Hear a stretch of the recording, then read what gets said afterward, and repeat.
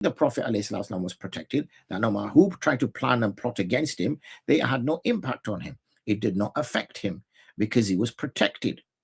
This was his source of, this was his shield. This was his armor. This was his spiritual strength that he gained from this. وَكَانَ فَضْلُ اللَّهِ عَلَيْكَ عَظِيمًا. And indeed, the bounty of Allah upon you is great. So the Prophet Islam is reminded, and this is quite a intimate statement that Allah is making towards the Prophet ﷺ, because in this case, you notice it's addressing him so many times directly. He says, وَلَوْلَا فَضْلُ اللَّهِ عَلَيْكَ أَيْ يُذِلُّوكَ وَمَا يَذُرُّونَكَ وَأَنزَلَ اللَّهُ عَلَيْكَ وَعَلَّمَكَ تَعْلَمْ وَكَانَ فَضْلُ اللَّهِ عَلَيْكَ.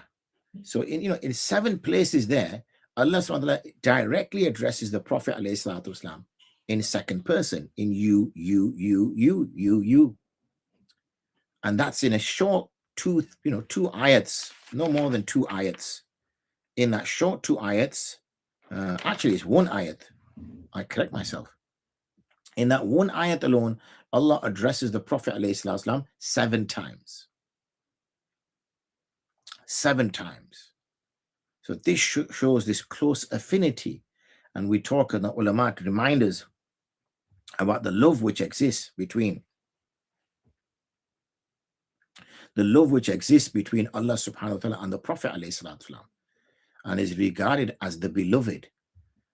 And this shows the great ni'mats that were placed upon the Prophet ﷺ, the great gifts which were given to him by Allah subhanahu wa ta'ala.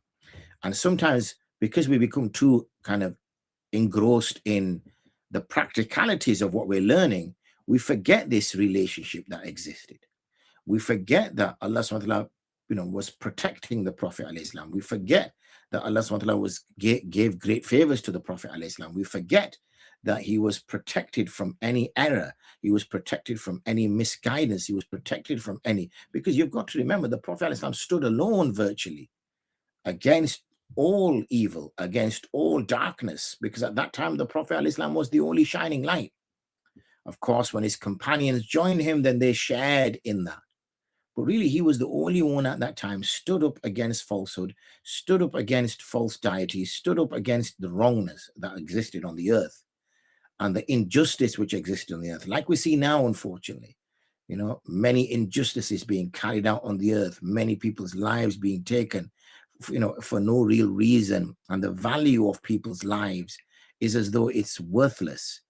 That there's a person doesn't feel any remorse at taking a human life, and doing it in such a way that, and unfortunately the way war has gone now, that it's just like a computer game, and these are humans being taken. These are people, these are mothers, these are daughters, these are sons, these are fathers.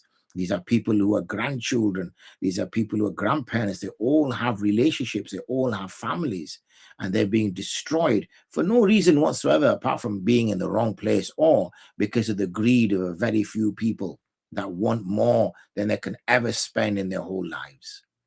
But the greed won't stop. They want more. They want more. And this appetite is insatiable. It is not satisfying.